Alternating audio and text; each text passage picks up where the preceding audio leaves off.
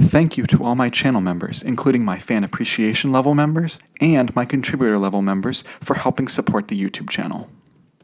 Hello and welcome to my channel. My name is Jonathan Cohn, and today I am pleased to be joined by Aaron M. Payne, also known as Bibliotheory. Hello, Aaron. Hello. Hello, thank you so much for having me on, man. And my pleasure. And we are here to talk about your book that just came out recently, and that is Falling Into Oblivion, No way, I have something which similar. yeah, Hello. yeah, yeah. I like it. Yeah, yeah. This is I think it's this being described as like a detective cyberpunk story. And so the first thing I want to ask you about with regards to the book is what is your elevator pitch? Because I always ask every author this if I'm interviewing about a specific book because I want to see how they do like the business pitch to try to get people interested in it. hmm That's a great question. And I think it's very important to have something in place in your mind to quickly spit out for situations like this. And I think mine would have to be that this Falling into Oblivion is a cyberpunk thriller about a detective that's trying to make ends meet for his family. Right. It hits on a lot of common tropes and themes you find in the cyberpunk genre, while I still try to make it feel relatable in a way to where if you are a family man, if you have problems with money, financial issues, you're going to resonate with the main character while being in an extraordinary situation, going through some really fun scenarios with our main character being a detective, right, who is intermingling with the depths and the grime and the grit of Knox City, which is going to be our main city that we navigate through in this world. And it was so much fun to write, man. It was so much fun. Yeah, the relatability I think works really well because a lot of particularly I think men will relate with the book because our main character has this thing about he has to provide for his child's education while at the hmm same time he also has to pay off some debts they have and they have, Knox City having a good place in it is expensive and you have all those different things that are weighing on him and the only way for him to really make enough because his regular job isn't enough for him to actually solve the crimes to get Yes. paid and I'm like, hmm man, I'm feeling stressed for this guy. But it's also like I understand that because I go through this. So I yeah, I thought wanted that was to great. basically have just an ordinary guy put into an extraordinary situation, and that's kind of one of my main goals through this story. Yeah, so we mentioned the two basic genres are detective mystery and cyberpunk. So how did you get into those two genres? Were there particular authors or books that you were like you gravitated towards and hmm influenced this one? Now, I've always been a huge, huge fan of the cyberpunk genre. Like right behind me, this poster is Blade Runner 2049. I have another Ah, poster right here is the original Blade Runner. Huge fan of the video game too, Cyberpunk 2077. hmm. And I didn't even realize that I was a huge Cyberpunk fan because I was a huge fan of, Blade Runner, but I didn't know it was called Cyberpunk at the time until the game really popularized the genre. Hmm. And it made me realize, you know what, this is way more than just a game, right? This is a whole genre where there's so much content and media within this genre that are all completely different. And that's when I went down a rabbit hole of just trying to figure out everything related to the genre, trying to figure out the origins of it. And that's when I went down kind of the three, I think, main pillars in terms of getting started in the genre. Being Do Androids Dream of Electric Sheep, Yep. right? Which is the story that Blade Runner is based off of. Snow Crash, Yep. which was an insane ride, and also, um, what's the other one? I have it right here. Oh, Oh, sorry. The main one, Neuromancer by William Gibson, which Right. was a huge influence for me on this particular genre because that one, he's the one of the main guys who pioneered the genre in terms of getting it off the ground and getting it really popular and just getting people in that mindset of high tech and low life. And I Yep. just always been a huge, huge fan of that ever since. I love the aesthetic as well. The aesthetic is kind of like the cherry on top for me because Hmm. I just love the visuals of it, which is just one little component of the genre where you're able to really explore some really deep themes like, humanity and corporate greed and disparity between people and elites and people living in filth, right? I just love that you can explore so much in this genre that's also at the same time usually high octane action, in your face. Um, Grime and grit, and it's just so much fun. So Go. you're talking about how you were coming up with the cyberpunk setting for Knox City, and you have in cyberpunk the city itself is kind of, or the location, I should say, is really important. And I want to talk about a specific part of Knox City. Towards the beginning of the book, you go to this nightclub side called Descent, which I Hmm. just found so interesting because it's not only just the seven levels, which is like the seven deadly sins, but just making the nightclub the place where you have to go and get the character has to get information. To me, it reminded me very much of the Batman. But what was it coming up with the design of the nightclub and making that one of the center points of the book? Yeah, that's a really good point. That was one of my favorite scenes in the book. And that came from two different inspirations. One is from a TV show called Silo, if Oh you yeah, watch yeah. that show at all. And I love that show. It made me so invested into the story. I had to pick up the books immediately after that season ended. And I'm just really intrigued by that concept of just having these deep, huge structures underground that just go, yeah, who knows how deep, right, in terms of into the earth. Hmm. That was one of the inspirations, just that level, that design of just the ever-ending staircase winding and winding down. And then two was the movie Seven, which is kind of where the Oh, seven deadly sins came from. Like I yeah. recently just watched that movie like before I started writing the book, and that's when I was like, yeah, this just makes perfect sense to me in my mind. It's a really cool, kind of like I kind of talked about it a little bit in the book too. It's kind of like a gimmick almost, where this nightclub has this really cool appeal to bring people inside, as each level is dedicated to something in particular, and that's kind of where it came from. Uh, I love that area too. I love exploring it, and I know some people were telling me that they wanted to see more of Descent, so I was really happy to hear that. I don't, you may have already written sequels, but it would be cool to like explore the different elements of Descent in the future. Maybe you could. We really did not get to see the different levels too Hmm. much. We got a taste in this one, but yeah, I do agree. It would be cool to see Hmm. more of them.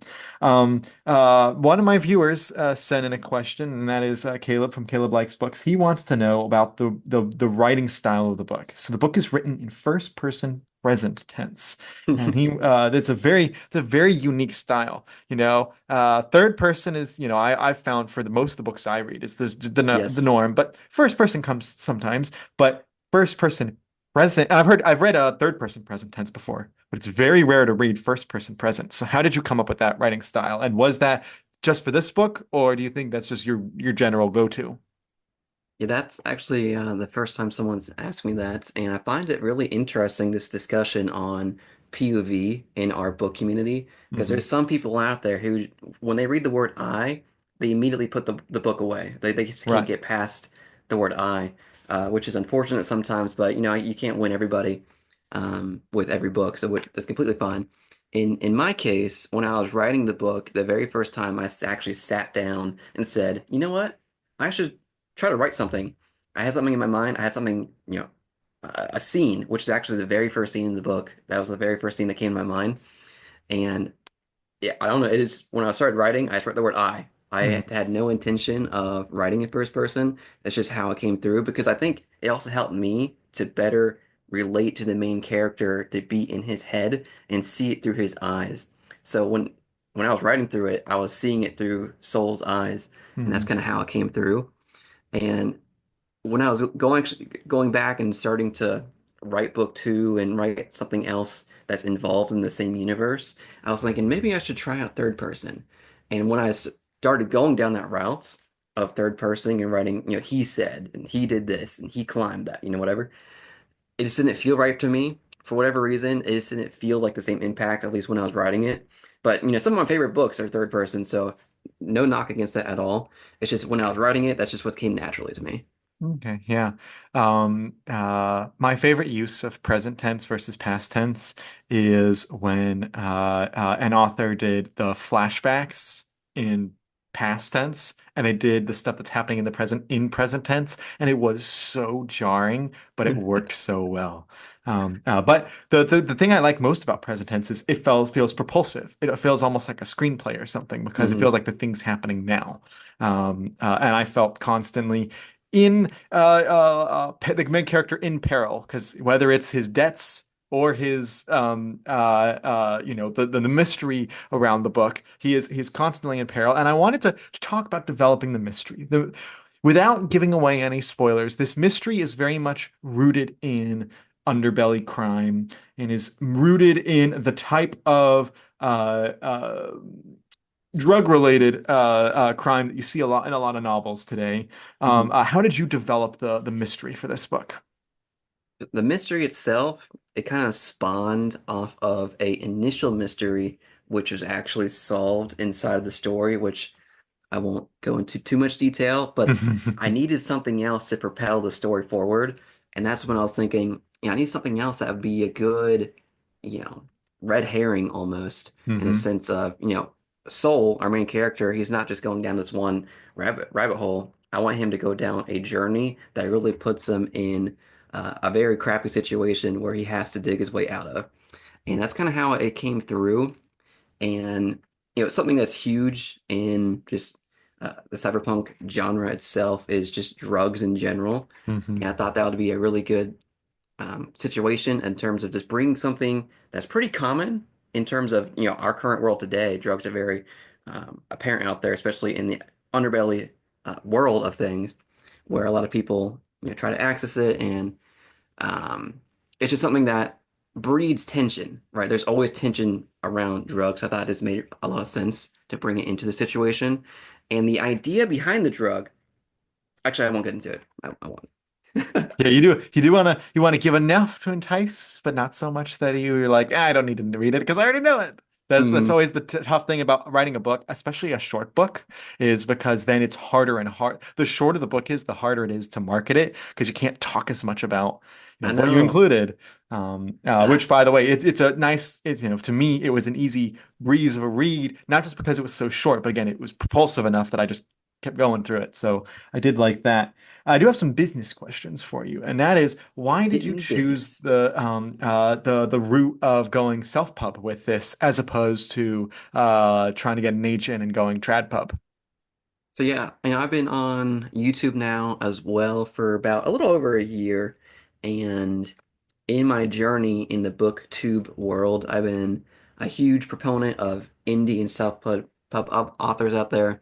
Like there are some stories that I've read going down this journey that are just top tier writing and story, and it's just amazing to see these people put out these amazing stories that sometimes aren't viewed or even read because people aren't don't have access to it. So when I was making this journey into YouTube, I wanted to also kind of propel and put these authors forward so more people can get their eyes on these books because the stories deserve to be read. And some of my favorite authors now are self-pub, and they're not even going into the traditional route, at least not yet, and they might not even have to. All right, one example is Ryan Cahill. He's Hmm. made a name for himself. He's huge now, and a lot of people, when they look into the fantasy genre now on Amazon or wherever, he's one author you most likely see. Especially when you type in dragon fantasy, you most likely find him. Yep. So I just love that there's just also so much control with self-pub. I know Yep. we might talk about it later in terms of the the book itself, like the formatting, the cover, the illustration, exactly what you want to put into it, and also the marketing of it. I know most authors nowadays do their own marketing because the publisher they have a marketing team usually, which help, but also it's kind of on the author's shoulders as well to get the book out there and make sure get people hyped up to read it. And when I was going down this journey, I really did not have any intent of going down the traditional route because I huge proponent of self-published books, and I really wanted to hold on to the control on getting the book out there. And also, I'm kind of what do you call it, impatient, where I Yeah, wanted to you would get have the to book wait. out there like immediately because I was so excited to get the story into people's hands. Hmm. I do remember it was very much with you. It was, hey, I wrote a book. Oh, by the way, it's coming out like next month, and we were all like, wait, what? Like that with Trad Pub, it'd be, I wrote a book. It's coming out in a year. Yeah, Hmm. you'd have to wait a long time. You did touch on the cover design. This is a really cool cover. You got Soul on there. You got the kind of mech dragon thing. I don't want to spoil too much about it. And then you got the cityscape behind it. It's a really Hmm. eye-popping cover, and it really conveys the themes of cyberpunk. So when you were working with the cover designer, which was Katrina Belikova, how did you guys come up with what would be on the cover? That is a good question as well, and that was actually a process for me going down the self-pub route because when I first went into it, I was like, where do I start? Where do I get a cover at? Where do I find an artist? And I went down a lot of different directions. One was Fiverr, which I actually did hire somebody to generate an image for me, which he did. They did give me an image, but I found out that AI was used in the process of getting the cover put together. And I know in our community, AI is just a no-no, a no-go at Yeah. all, which I am also for as well because I wanted to promote, humans Hmm. and the actual illustrators and artists. So I was like, yeah, I can't go down this route. Luckily with Fiverr, I didn't make that big of a, financial bargain on that. So Right. I wasn't too far into the hole. So after that, I was looking into other services out there. Another one is called Reedsy or Hmm. Reedsy, which is pretty big. They have some really well-known illustrators on there. And I put some like quotes out there for a general idea of what I want on the cover. And I got quotes back, but they were a grand plus. And at the time, I'm doing this for fun at the moment with, having a full-time job. This is just on the side. I didn't Right. want to sink a grand or more into a cover, but I still wanted something that was very appealing and got the tone across because the cover is one of the probably the most important selling point of your book to get people to grab it uh, off of Amazon or wherever. So after that, after seeing that huge price tag and Reezy, I went down Instagram and typed in hashtag cyberpunk art, Hmm. and this is where I found Katerina uh, Belikova. Her Instagram is ninjajoe_art, and she is a fantastic illustrator, digital illustrator, Hmm. and normal painter too. And she focuses on cyberpunk specifically. So there's just a perfect situation. So I reached out to her. She does commissions. And after that, I told her the cover idea in terms of I want a falling mech dragon with a guy underneath. And the idea behind that is actually inspired by Lord of the Rings with Gandalf and the Balrog, Yeah, yeah. and I can see that. it's kind of the just a little bit of the opposite. Yeah, yeah, that's interesting. Well, you went the right route with the cover because I think it's a very nice eye-catching cover. Man, yeah, a grand for a cover would be. I mean, that'd have to be That some was on the good low end, cover. the That'd low be a end. some cover if it was gonna be that much because that's a lot of you'd need quite a significant return on investment. You'd have to Hmm. sell quite a lot of copies just to make up that cost, which I know doing things part time. I do applaud you for refusing to take the AI assisted cover because it's from the reviewer's perspective. We have pretty much united and said we will Hmm. not read any books that are AI written. Like if the author used AI to write the book, we've pretty much sworn that off because we want to support authors. And AI in the art space is a little bit more complicated, Hmm. but still, we generally are like, hey, we don't want AI used in art, and we're trying to move publishers and authors away from that. But I do know some authors who are using AI for their marketing now, and they're using AI for like trying to get people to get their recommendations from the AI instead of from the book reviewer. And it's like, we put all this work in to help you, and now you're trying to circumvent us, the reviewer. It's very Hmm. frustrating. But yeah, I do appreciate that. And it was worth it because the end result you got was just a great cover. It is the first of a new series. I would say that this is kind of a standalone, but it's certainly to me it propels you forward for the next book. So the series is called Tendrils of Chrome. I wanted to know what your plans for books two and on are. Like, do you know how many books it'll be, or is it just kind of Hmm. an open-ended and when they'll release and stuff like that? Yeah, it's going to be a 4 book series. The main series will be 4 books long. Hmm. I am planning. spin-offs as well. Not only spin-offs, but like short stories and novellas. I'm working on a short story right now that's from a different character's perspective, but in the same city, in Knox City. And it's just so much fun to approach the city from a different angle, a different pair of Hmm. eyes. Book two is also in the works right now, and I will also say that if you're a fan of this cover, book two's cover, oh boy, it's it's it's prime material right there. I'm super excited to reveal that Oh, in okay. 2025. That's the plan, is to get both of those things out. Um, book two and a short story as well. So okay, both this year. Okay, good. I will look forward to both when they release. I do want to take a few minutes and talk about your YouTube channel. So again, you're on YouTube under Bibliotheory, which I just love. I'm envious that you got that that I didn't come up with that before you because that's a great title. So you review your books on your channel. I wanted to give you a moment to talk about things you do, the various types of videos and live streams and stuff that you do on the channel. Yeah, it's been a journey, man. I know you've been on my channel a few times, Hmm. and those videos have been a lot of fun. Where we did book battles, where we Hmm. put like Lord of the Rings versus like Game of Thrones, and we put Starlight Archive versus whichever book. Oh, the First Law trilogy, and it's just been a lot of fun just to get really cool. It's a dialogue between booktubers in our space to talk about these books that we love in the fantasy and sci-fi genres. So, I mean, that's just kind of like the side stuff that I've been working on with other booktubers, putting some collaborations out there. I've done book reviews, you know, top 10 lists, which, you're definitely familiar with as well, Hmm. bookshelf tours and but lately I am actually having thoughts on how the channel will be moving forward because I I'm, I'm leaning to wanting to write more versus focus on YouTube, Right.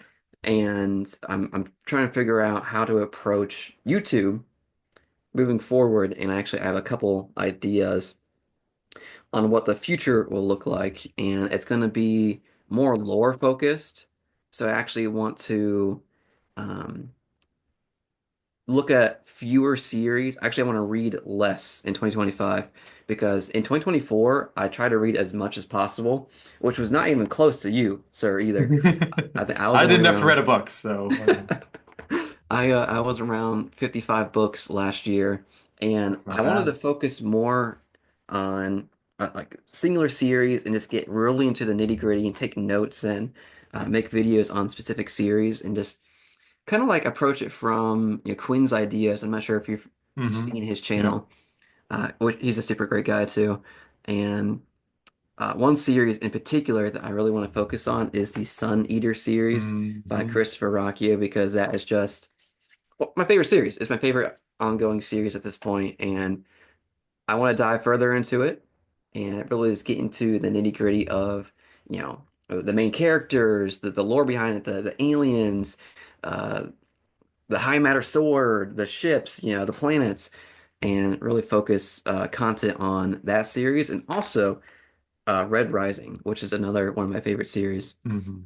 and just really focus in on those two. But I still also want to make shorts that will go on YouTube Shorts or Instagram or TikTok. And I really don't like having all these social medias, to be honest. But you know, being an indie author, one thing you need to do is to promote yourself and your book and your Right. brand. Yeah. So I'm out there. I'm out there on all these channels. That is the very difficult part of the business of being both a YouTuber and a book review or a book writer, because, at the moment, both of these are side things. They're not, the main hmm job. And so you have to figure out like which one's going to take the majority of that time. And for you, it's reading. Whereas I'm like at the moment, I'm not writing anything. I do want to one day, but not for a while. So for me, I can focus all my energies on the review stuff as the side job. And I know for some reviewers like for like Daniel Green, he's now full time with the channel, and so he has the hmm ability to split it like that. So I do empathize with that struggle, and I do appreciate that you are thinking about your writing, but you're also recognizing that it's a good marketing tool because your YouTube channel's doing pretty good. So I think it's good for you to maintain that as well. Hmm. We'll see how long TikTok actually lasts. That's the I know. that's the discussion is that, and people are like, where are they gonna go? And it's like, guys, they're just gonna go to YouTube Shorts. Like that's where TikTok's gonna go. They've already started, I've noticed. So I'm hoping that means that, YouTube Shorts will pick up for those of us in the book community. Hmm. Although that means we may get a lot of book talk people here. Oh, Um, that too. That too. Hmm. Before we leave, I did want to ask you about if people want to follow you and your channel, and also if they want to, follow their different places on the different social media, where to find you. Good point right there. Like we just talked about, I'm on a lot of social medias. I'm on, YouTube, of course. Bibliotheory is my channel name. Also on X, Instagram, Blue Sky, Threads. It's too. Oh, and on TikTok too, which Mhm. in terms of priority, in terms of these different social medias, probably my focus or the one that I post to most often is going to be X, um, or Twitter. Some people still call it Or as Twitter or as on those X. of us who are hybrids, we call it Twix. Twix. I'm on Twix a lot, so I post on there the majority of just like my random thoughts about whatever I'm reading. Yeah. Also, I do have a website to where you can also sign up for my mailing list, because in the future, people who do sign up for the mailing list will get that short story for free Mhm. in the future. So you can sign up for that. It's on my website, which is bibliotheory.com. Perfect. There you're keeping the marketing all the same everywhere. That's a Hmm. that's a good that's a good plan. Well, thank you so much for coming on the channel and talking about Falling into Oblivion. Oh, thank you so much for having me on. This was short and sweet and concise and to the point, and I had a lot of fun.